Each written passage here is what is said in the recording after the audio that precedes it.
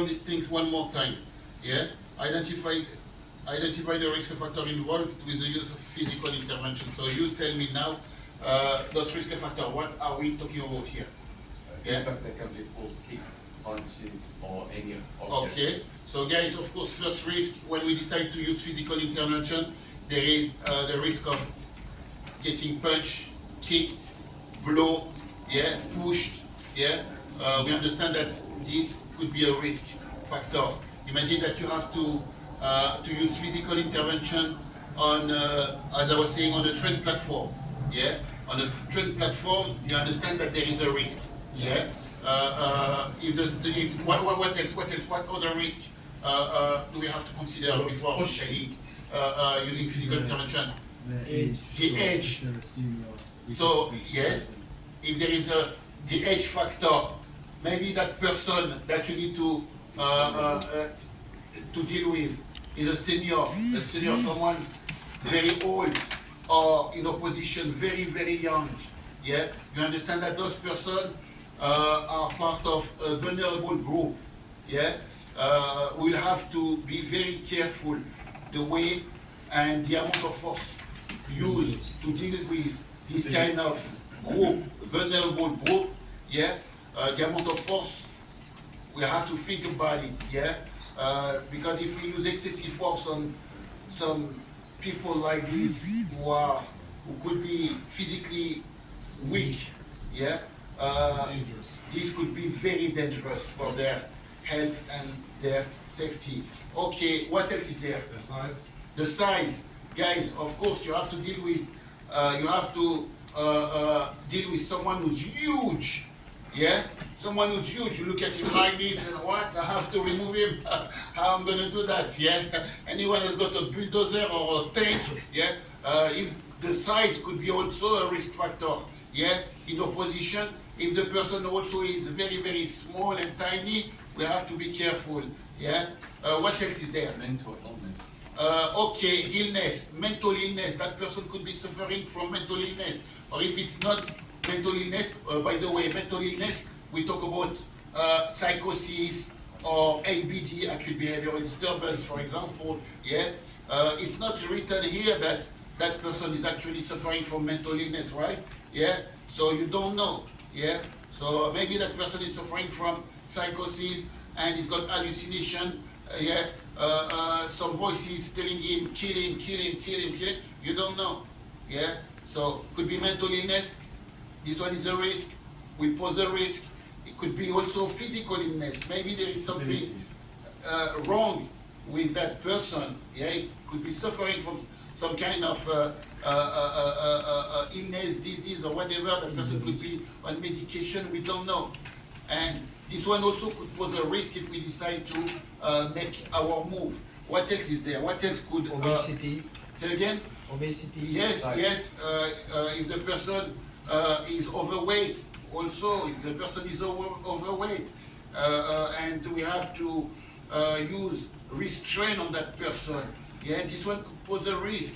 What else is there? Drugs. Medication. Yeah. Drugs and drink. Yeah, yes, is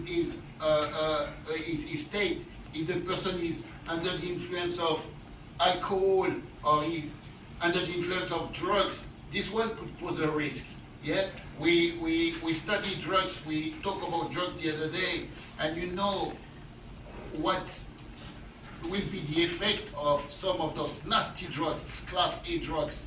Yeah, someone's taking some cocaine or crack, yeah, will be fearless, and also he will develop extra strength, yeah, like someone who's not human, yeah. So this one could pose a risk. Then I heard what? Location of the incident. Location of the incident. Once again, let's say we have a situation next to the road, just outside the venue, and there is a main road.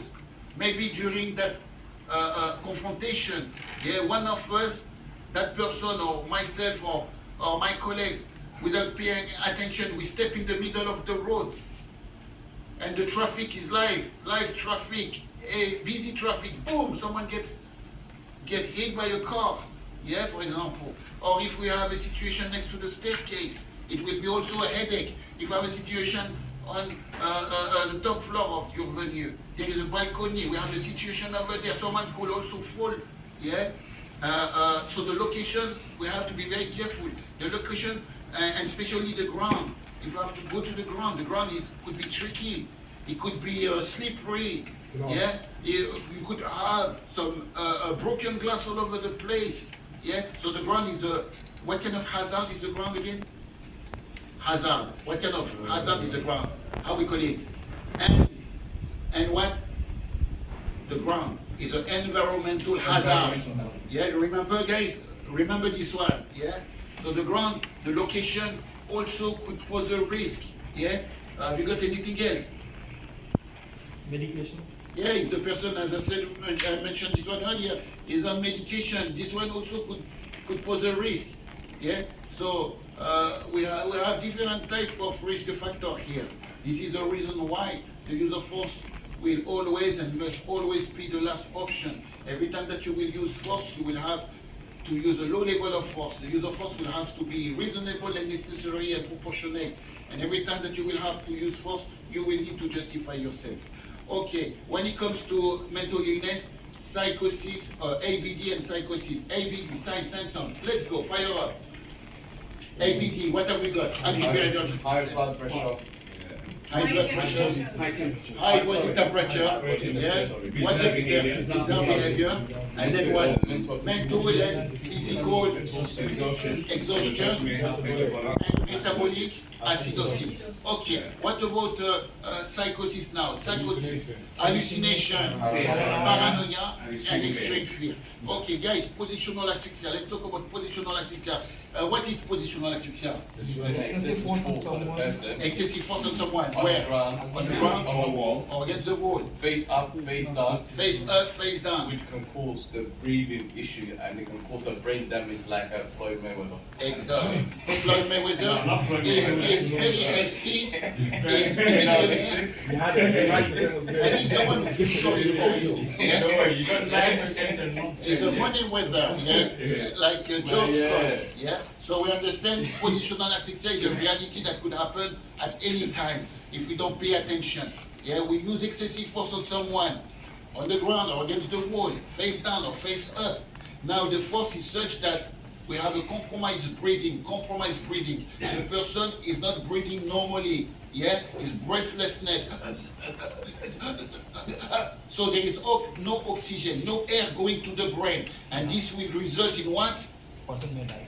Yeah? This will, what is the key word? Struggling. What is the key word? Oh, compromise of breathing. Compromised breathing will cause what? Brain damage. Brain damage. It will cause a brain damage. Yeah? And eventually the person will die if we don't stop immediately. Guys, give me the sign. Sign for positional asphyxia. What Struggling is to breathe. struggling to breathe? Airway blockouts. Block airways, lips, Vomiting. lips, necks turning blue, vomiting, yeah, will be the most common signs of positional asphyxia. Yeah. So guys, And what example, about George Floyd? example George Floyd in USA? We remember that. We understand that those physical intervention, they can't be prolonged. It has to be very quick, very fast, very brief. Yeah.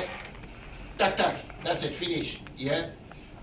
Because the longer it takes, One higher the and risk.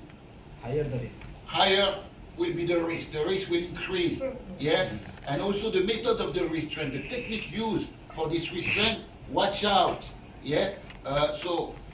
If we prolong the physical intervention, we could result on death, injuries, disabilities, yeah, prosecution, and all that crazy stuff that will be crying behind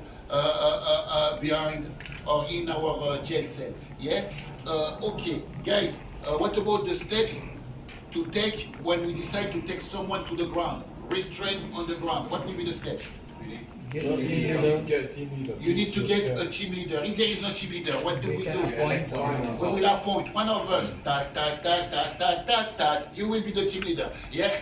Duty of the team leader. What is going to do? He will have a duty of care for who? For team everyone. leader. For everyone involved. Everyone. So from that person being restrained and the rest of the team. Yeah. What else the team leader is going to do? We're not going to get involved. They will monitor what? the breathing of that person being restrained. Monitor the breathing, right? Yeah? And what else he will be doing? He will be communicating. Throughout he will be communicating. Yeah? To what? To diffuse the situation quick, fast. Yeah? Okay. And guys, what will be how to manage and monitor a person's safety during a physical intervention? Appoint a team leader with Yes. duty of care, Duty of care, team leader, duty of care for everyone involved, and then he's gonna be watching still. yes, watching, supervising what's going on. Not Yeah, getting involved. yeah, he will not physically be involved, but he's the one who runs the show. Okay, yeah, and he will pay closely attention for any concern. Yeah, if that guy is complaining about anything, he will stop everything straight away. If we need to provide medical assistance, he will do so. Yeah, he will call the first aider. If this one is too big for the first aider, he will call the medic. When the medic will turn up, he will debrief the medic. He will tell them what happened. He will tell them the technique used. He will tell them for how long. He will tell them what kind of pain that person here is complaining about, is suffering about. Yeah, but most of all, we need to avoid what? Positional asphyxia at any cost. Guys, yeah, we understand the use of force is not a joke. It's a serious business. We will be working as a team. Yeah, we will be part of a team. Yeah, and if you decide to use force, yeah, you will involve the whole team with you. You understand? Yeah, your decision could have some serious consequences for the rest of the team, but also for the venue, for so many people. Yeah, your decision could involve so many people. Yeah, so this is why when it comes to the use of force, yeah, or when it comes to the standard of behavior of a security operator, security officer, someone with a badge like this, doesn't matter what your license says, yeah, you need to have those qualities that we talk about. What qualities that we talked about the other day to make you be the best officer in the whole Loyal. galaxy, yeah? So you need to be professional, you need to be what? Reliable, yeah? You need helpful, good communication skills, self-discipline, Polite. approachable, assertive, fair and firm, yeah? What else? You need to be self-discipline, you need to be proactive, yeah? You need to be alert, yeah? You need to be alert, you need to be honest, you need to be positive, yeah? Approachable. Without those qualities, guys, in a crazy incident, crazy situation, yeah, you will let everybody down. Without those qualities, it's impossible for you to make the right judgment call. Without those qualities, it will be impossible for you, yeah, to stop when you will need to stop. Because now you are not in a situation of self-defense. Now if you do anything, it will be an assault. Yeah? And this will have some legal consequences terrible for us. You understand? Guys, you all have a good understanding about the use of force, risk and responsibilities involved. So use of force has to be the last option because it's too much headache. As simple as that. We good? Yeah? Okay.